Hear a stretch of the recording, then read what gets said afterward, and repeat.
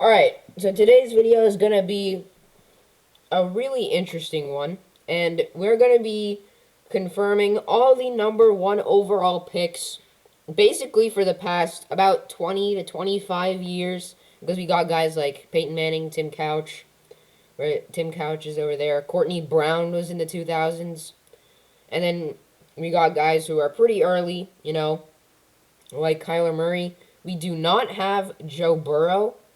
So, I'll probably just clarify them at the Joe Burrow and Trevor Lawrence probably at the end of the year, and I'll probably just do Joe Burrow because Trevor Lawrence, he's only played 1 year in the NFL. We can't exactly clarify him off a 12 touchdown and 17 interception season.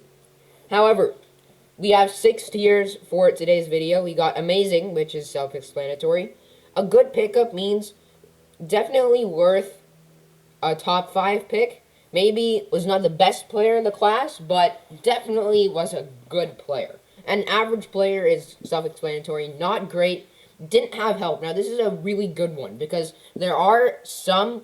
Hold on, I need to add one more, but there are a couple of players that did not have help during their time in their career, and you will definitely meet some of them. As I don't know how to do this. Interesting. I think we may just have to go Control-0 and just try it that way. But the tier list is too small, according to me. It just looks weird like this. You know what? Let's just go into presentation mode. Because we're usually in presentation mode anyway. So why not try it? So, we go... And then, of course, at the bottom... bust, and then injuries just derailed his career. He could have been great, but he couldn't do anything, right? So let's start off with a really interesting one, Alex Smith, because he was so bad in his first 5 years in the NFL. And then Jim Harbaugh came in, and he became so consistent. He was always, like, above average, winning quarterback, right? But of course, at that point, it was too late. He had already lost his job to Colin Kaepernick. He went to Kansas City. Patrick Mahomes replaced him there. Washington football team, of course. And then he got horrifyingly injured. He had an overall, a pretty decent career. I'm not going to say he was, like, average, but he definitely wasn't, like, unbelievable. He was a good pickup, right? He was a good pickup. The 49ers definitely regret taking him, and they wish that he would have, come onto the scene a bit earlier and not just because of Jim Harbaugh. However, I think Alex Smith was a consistent and a good quarterback for a long time. Next up, we got Andrew Luck. This is actually so sad. This is injuries, but he's also amazing. Andrew Luck is basically in both. First of all, he guided Indianapolis to, like, the postseason for a couple consecutive years. And he was a touchdown machine, Pro Bowl machine. He was so good with the Colts. And then, of course, injuries derailed his career and he had to retire. Otherwise, he would be a sure thing in Canton. It wouldn't even be close. And he was even a good guy as well. He was so good for Indianapolis and filled the void that Peyton Manning left. It was really sad to see him retire at such a young age, like 29, right? Baker Mayfield, average player. He has been up and down. Like, first year, 27 touchdowns, breaks the NFL rookie passing touchdown record, which is then broken by Justin Herbert, I know. And then next year, throws 22 touchdowns, 21 picks, comes back and has a great year, and then he plays like dog shit the next. Excuse the language. Baker Mayfield is an average player. He is made to be a game manager in Kevin Stefanski's system. I don't know if it's the best for him. He's mostly just handing the ball off. And, yeah, I mean, Baker was good and then bad, and I don't know where to put him. He's just an average player, up and down player, really. Cam Newton, amazing. Listen, people will not agree with this. I am not talking about the 2019 to 2022 Cam Newton. I am talking about 2011 to 2018 Superman Cam, who led the Panthers to the Super Bowl, the postseason multiple times. Obviously, he didn't make the best decision in the Super Bowl, but he was a winning quarterback. Only problem with him, he loved to throw interceptions. He always had pretty much above 10 or 10, right? His MVP year, he rushed for a ton, threw for a ton of touchdowns, of course, had a ton of picks as usual. But Cam Newton played so well for the Carolina Panthers and for an organization that wasn't that good before Cam Newton came onto the scene. He's changed that team a lot. Now, of course, they're not doing that well, but I don't think it's Matt Rule's fault. Carson Palmer, he was a good pickup. Definitely wasn't amazing, but definitely wasn't average. He was a winning quarterback. He was a winner, right? There are three different kind of quarterbacks. One who can put up amazing stats, but struggles to win, you know. Number two is the person who loves to win. Stats are pretty average. Like a guy like Joe Montana, right? Of course, he did win a couple MVPs during his career, but he didn't have the best stats. Check out his stats. They weren't unbelievable, right? But he knew how to win games. He pretty much never lost with the 49ers. And, of course, the third quarterback is a quarterback that can do both. Carson Palmer was a winning quarterback, but also put up pretty decent stats. And Bengals drafted him at number 1 overall in 2003. And he played there for about 7 years. Of course, wanted out of Cincinnati. Definitely didn't want to play there. Went to the Raiders, and yeah, I mean, he was bad there. Revived his career in Arizona. He had a fun career. Courtney Brown was just filled with injuries. I always think that Courtney Brown, there's a plane going on the top of my house. Interesting. But Courtney Brown could have been so good. But he kept getting injuries through his legs. Like, whatever it was, he kept getting injured there. And his rookie year wasn't bad. He had a ton of tackles for loss, and I think he could have been amazing.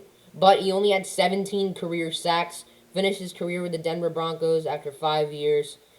And sadly, his career just wasn't the best. I thought he could have been a superstar, really.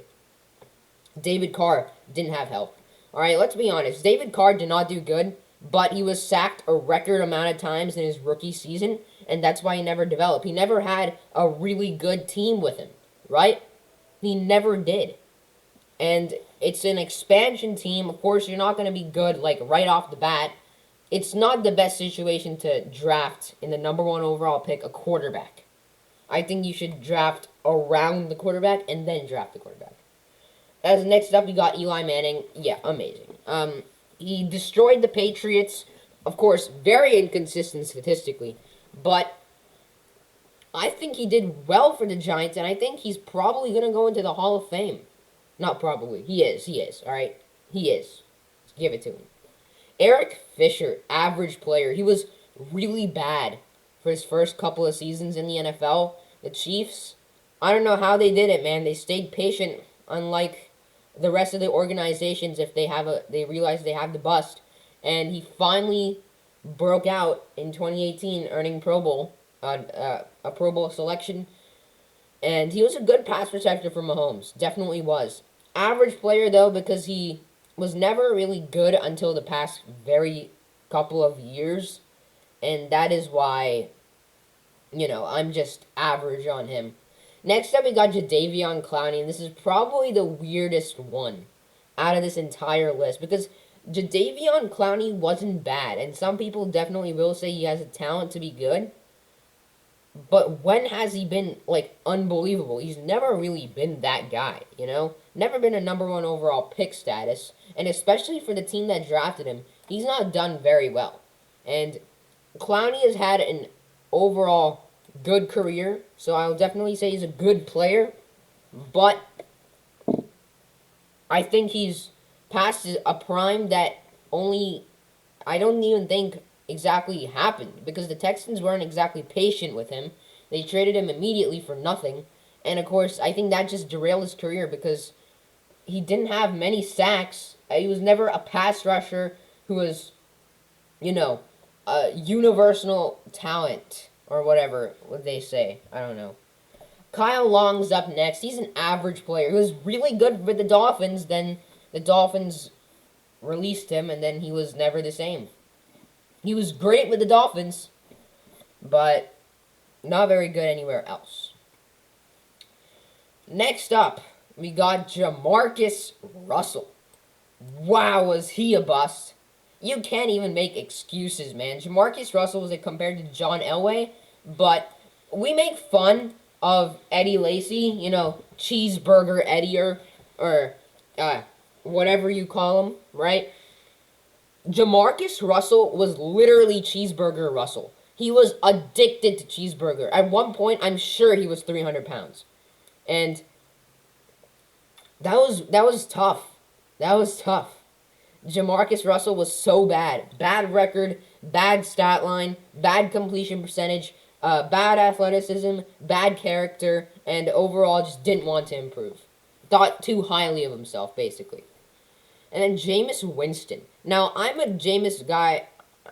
Okay, let's try that again. I think I was gonna say something else, but I really wasn't. I'm a Jameis guy. Alright? However, in Tampa Bay, he did not do great, and then we didn't see his full career in New Orleans in this first season, of course. He's a free agent. He did not play great. He didn't have much help, but definitely when he had Mike Evans, Chris Godwin, he should have done a bit more, and that's why he threw for 5,100 yards and 33 touchdowns, but also 30 interceptions. Jared Goff's up next. He's average. I think he only had success in LA because of Sean McVay. I'm not a Jared Goff believer. I like Jameis Winston. I cannot back up the amount of interceptions he's thrown in Tampa Bay. He's finally getting developed. I think he could be great in the future. However, it's hard. It's hard to put him in average. But Jared Goff is like the definition of average. Only good because of Sean McVay's offense, right? And we can see he's not a bad player because he went to Detroit and didn't have the worst year. But, of course, there's a lot of people who would like to see him get replaced in the 2022 NFL Draft. I don't think that's the Lions' main concern because he's not a bad quarterback. I don't like him as much. Kyler Murray was a good pickup, definitely. I definitely do think if he continues to play at a very extremely high level, he will be in Canton.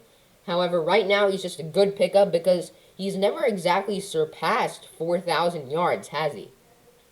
Right? So, that's a tough decision for me.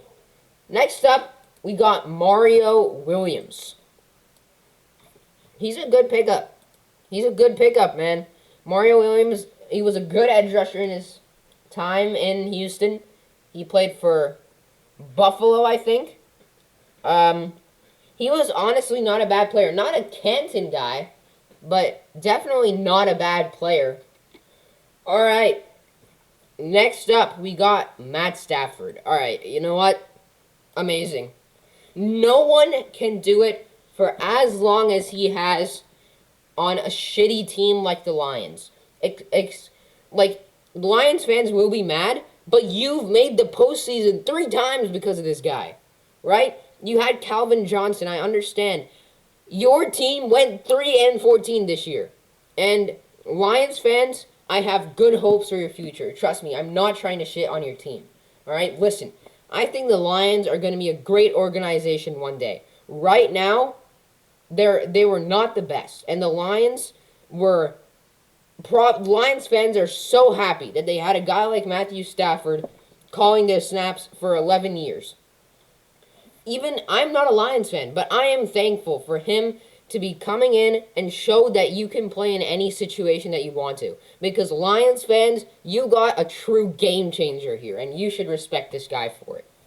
Michael Vick, good pickup. He didn't make the best decisions in his career. Obviously, that derailed him from ever becoming, Hall of Famer. He had Hall of Fame talent, but with his legs, of course, but he was just more enticed by dogs than Canton, Ohio. My bad. Myles Garrett, he's only played for a couple of years. He's really young, He is probably the best D end in football right now. TJ Watt's more of an outside linebacker type player, so that's why I consider Myles Garrett to be a best D end. But look at that guy, man. He's jacked as shit. Like, social media went ballistic as they saw him go without sleeves one day. Yeah, social media went absolutely ballistic. And Myles Garrett is going to become one of the best pass rushers all time. I promise that he will be going to Canton, Ohio. Unless he does something bad. Peyton Manning, unbelievable. Probably the most accomplished player or quarterback of all time behind Tom Brady. He is so good. Really good. I think he has the record for most MVPs won. He's won a couple of Super Bowls, like 2, one with the Colts and Broncos. Has the record for passing yards and touchdowns in his season with 5,555 touchdowns. He is unbelievable and not mobile, but definitely unbelievable. Sam Bradford, injuries. He's the definition of injuries. Like, every single season after his rookie year, he would get some sort of injury to his ACL or a concussion or whatever. And his body hated him, man. It really did. It's because he could have had such a good NFL career. Because he was a Heisman winner at Oklahoma. And I think he had the talent to become one of the best quarterbacks in the league. However, injuries just really derailed his career. And last but not least, we have Tim Couch. Bust. I'm not even talking about that pick, man. He was so bad for the Cleveland Browns. But yeah, I mean, this shows that a lot of the number 1 overall picks for their respective teams, they are not bad players. There are a couple that did not do well. Of course, there are 5 players that didn't do well for their teams. But a lot of these players did do well. And that shows that number 1 overall picks are drafted for a reason. But thank you guys so much for watching. I hope you enjoyed this video. Of course, did my research. Not before this. I already knew pretty much everyone on this list. But I'll see you in the next one. Peace.